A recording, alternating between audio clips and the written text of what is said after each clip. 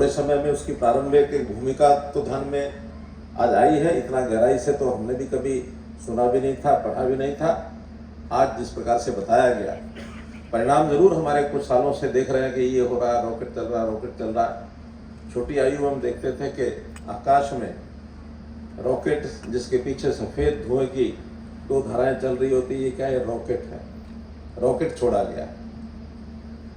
Rocket की कहानी वैसे तो इस देश का खगोल शास्त्र, हमारे इतिहास की भूमिका जैसे बताया आर्यभट्ट जी ने 1500 साल पहले, और ये बता दिया था कि धरती गोल है और धरती पृथ्वी का चक्कर लगाती है, चंद्रमा धरती सूर्य का चक्कर लगाती है और चंद्रमा जो है पृथ्वी का चक्कर लगाता है। तो ये 1500 साल पहले ये हमको पता लग गया था।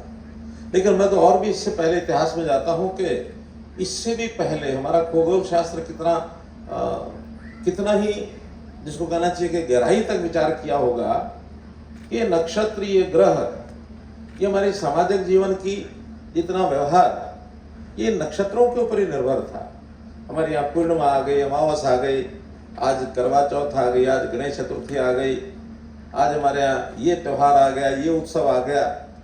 और यहाँ तक जो इन तीनों के आपस में परिक्रमा करते समय जो एक लीनियर सिस्टम बनता है जिसमें से एक्लिप्स लगते हैं, ग्रहण लगते हैं, वो ग्रहण की भी जो हमारे यहाँ ज्योतिष के अंदर बहुत पहले जानकर उन्होंने लिख दिया था। और आज भी विज्ञान तो आज उसको खोज रहा है, लेकिन हमारे ज्योतिषाचार्य बता देते हैं कि अगला सूर्य ग्रहण आज से 30 साल बाद आएगा, 15 साल बाद आएगा, 25 साल बाद आएगा, इतने बजे यहाँ दिखेगा, इतने बजे यहाँ दिखेगा।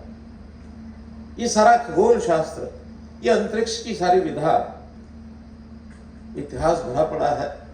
लेकिन दुर्भाग्य ये है कि पिछले 1000-1200 साल के अंदर हम उस सारे ज्ञान को आगे अगली पीढ़ी को नहीं पहुंचा सके।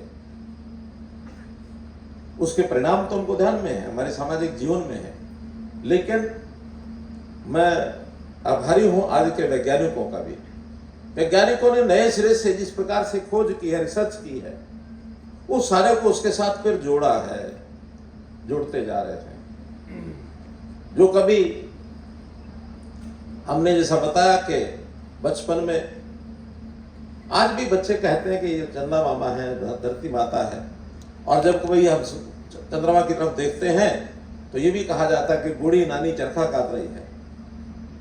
वो क्या है? वो वहाँ क्योंकि गड्ढे हैं, वहाँ पहाड़ भी हैं, वहाँ मिट्टी भी है, वहाँ उसकी सूर्य की छाया भी होती है, सूर्य की धूप भी पड़ती है।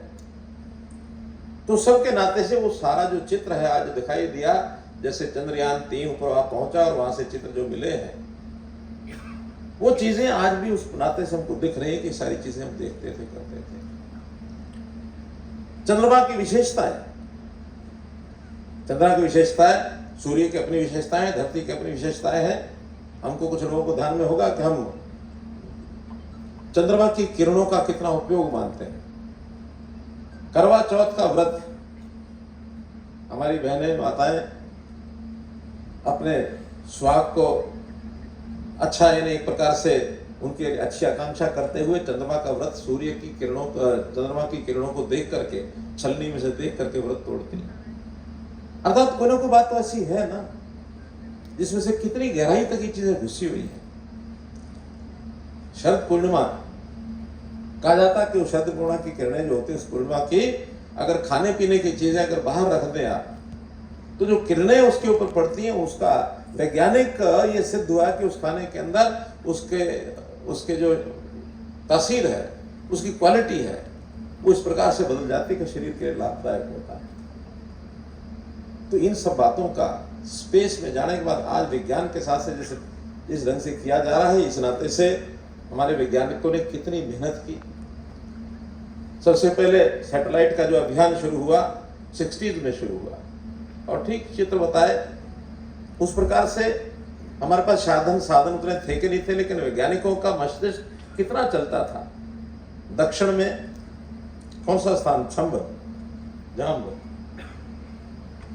वहां पर सैटेलाइट का एक लॉन्चिंग पैड बनाया गया, और सैटेलाइट को वहां ले जा रहे हैं क्या? साइकिल पर रख करके। 1963 की बात है।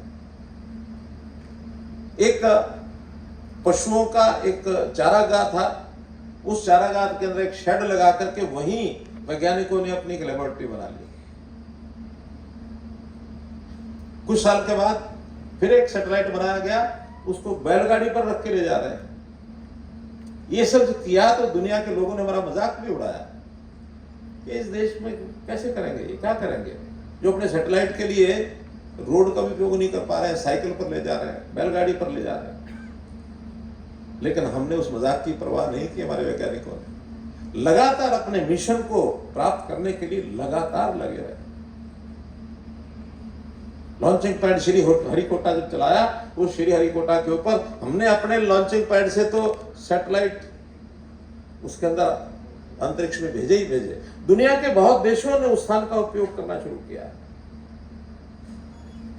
दर्जनों से ऊपर देश ऐसे हैं जो आज हमारे इस विज्ञान का लाभ उठाते हैं। हम उनके लिए एक मार्गदर्शक बने हैं, हम उनकी सहायता भी करते हैं, क्योंकि ये मिशन ऐसी चीज है, ये कोई एक देश के लिए सीमित नहीं है। विज्ञान है, सारे ग्लोबल उसके ऊपर रिसर्च हो रही है, एक दूसरे का सहयोग लेना वैसे भी स्वाभाविक है। तो ये सारे काम किए। हमारे यहाँ के लोग तो कितनी विधा जानते हैं। जैसा बताया कि चंद्रयान पहली बार उसका जो खर्च कम किया कर लिया गया, उसकी एनर्जी को यानी आकाश में उसका यूज कर लिया गया। उस एनर्जी से इस सैटेलाइट को लगातार उसको उड़ाए रखा और खर्चा इतना कम। एक ऑटो रिक्शा का खर्चा होता ना, उस ऑटो रिक्शा की जितना ही उसी स्पीड से अगर चले तो उतना ही खर्चा है उतनी दूरी तय करने के लिए। तो इसमें से भी विज्ञान आगे बढ़ी है, आगे आई है। तो आज तो मैं इसरो के सब लोगों को 23 अगस्त का ये दिन, क्योंकि जिस दिन चंद्रयान 3 सफल हुआ था, विक्रम लैंडर, वो आज ही का दिन था, 23 अगस्त 2023, जिसके ऊपर लैंड किया था। उसी समय यह तय किया गया इस दिन को राष्ट्रीय अंतरिक्ष दिवस देश भर में हर बार मनाया जाएगा। जब हमको जानकारी मिली तो हमने कहा कि ठीक है, सबसे पहले प्रदेश में और कहीं हो ना हो, लेकिन करनाल में इस कार्यक्रम को जरूर करें।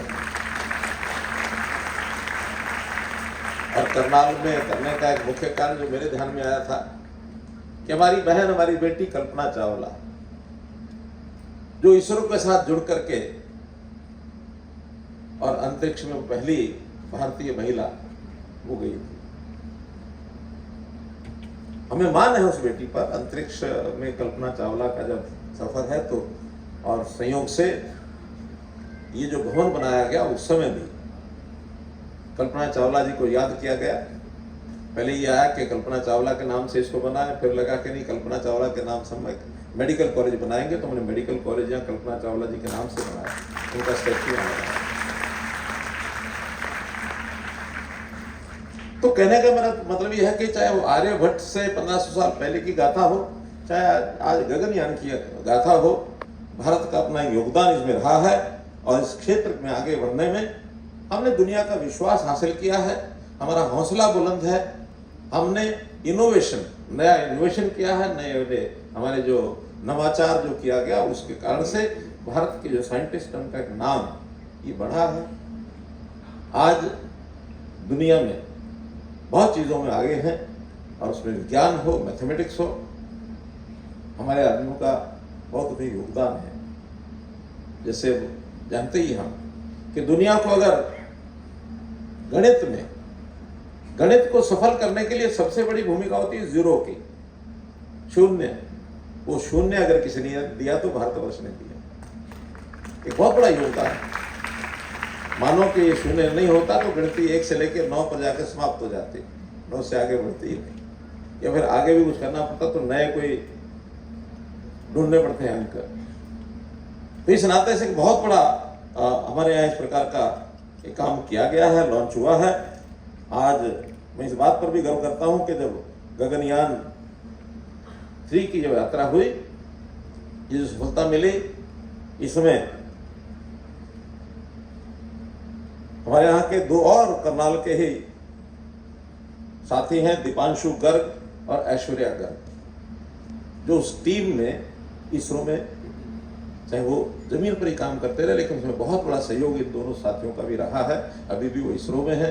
आज मैंने तो कहा था कि उनको यहाँ बुलाया जाए, लेकिन इसरो से उनको छुट्टी नहीं मिली, इसलिए वो नहीं आए।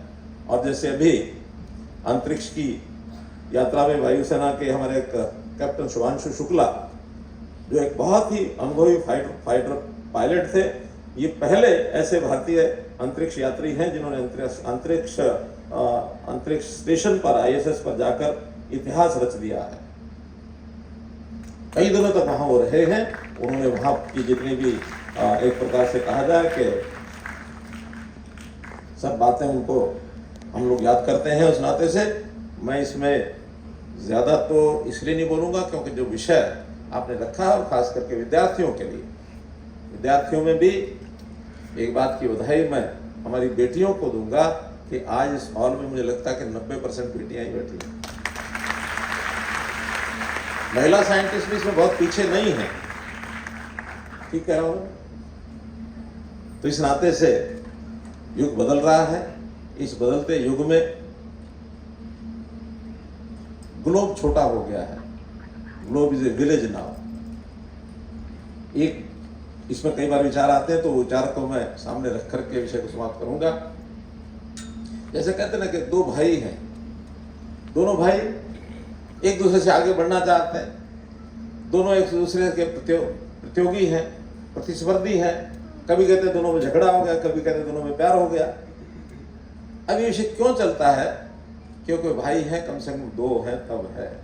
अगर अकेला हो तो ये सारी चीजें खत्म हो जाएंगी।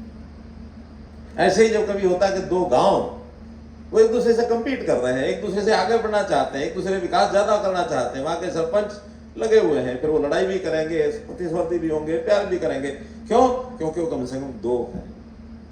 बढ़ते बढ़ते अगर विचार करते हैं कि दो प्रदेश, दो जिले, दो प्रदेश, दो देश, दो देश भी आपस में इसीलिए प्रतिद्वंदी हैं, इसीलिए एक दूसरे से आगे बढ़ना चाहते हैं क्योंकि वो दो तो हैं, तभी संभव है।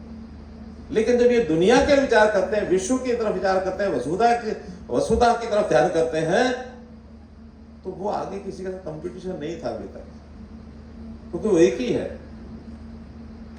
सब लोग कहते हैं सब दुनिया एक हो जाए, मानवता इकट्ठी करो, शांति हो जाए, ये हो जाए। शांतिवंती आ नहीं रही। क्यों नहीं आ रही? एक दूसरे से देश तो झगड़ रहे हैं, लेकिन दुनिया किसी दूसरी दुनिया के सामने है नहीं, इसलिए वो इकट्ठा होकर के करने के लिए तैयार नहीं। हाँ, जब चंद्रमा जैसे ग्रह, शुक्र जैसे ग्रह, और वहां अगर इस प्रकार का जीवन मिलता है, एक और संसार वहां बनता है, तो स्वाभाविक है फिर अगर प्रतिस्पर्धा होगी, प्रतियोगिता होगी, तो फिर पृथ्वी में और चांद में हो सकती है, पृथ्वी पर शुक्र में हो सकती है, शुक्र में और चंद्रमा में हो सकती है। तो हम और एक कदम आगे बढ़ेंगे। इसलिए इस बात को आगे बढ़ाते हुए वैज्ञानिक ढंग से जिस प्रकार से हम अपने लक्ष्य की ओर आगे बढ़ रहे हैं, हम विश्व को, दुनिया को और ये सारे नक्षत्र, क्योंकि सूर्य के इर्द गिर्द बहुत बड़े मंडल है, तो सूर्य मंडल का जितना बड़ा क्षेत्र है उस तक कहाँ कब कौन पहुंचेगा, लेकिन उस ओर हमने कदम रखा है। तो हमारी ये जो पीढ़ी है हमेशा हमेशा याद की जाएगी कि उस पीढ़ी के लोगों ने इस काम को आगे बढ़ा करके चंद्रमा तक, शुक्र तक पहुंचने का काम किया। हमेशा हमारी याद बनी रहेगी। हम इसी प्रकार के विज्ञान के विद्यार्थी आगे बढ़ते रहें, अपनी रुचि दिखाएं। हम जरूर निश्चित रूप से देश के लिए, समाज के लिए कुछ अच्छा काम करेंगे, बहुत बड़ा उपयोग समाज के लिए होगा। बहुत बहुत धन्यवाद। बहुत बहुत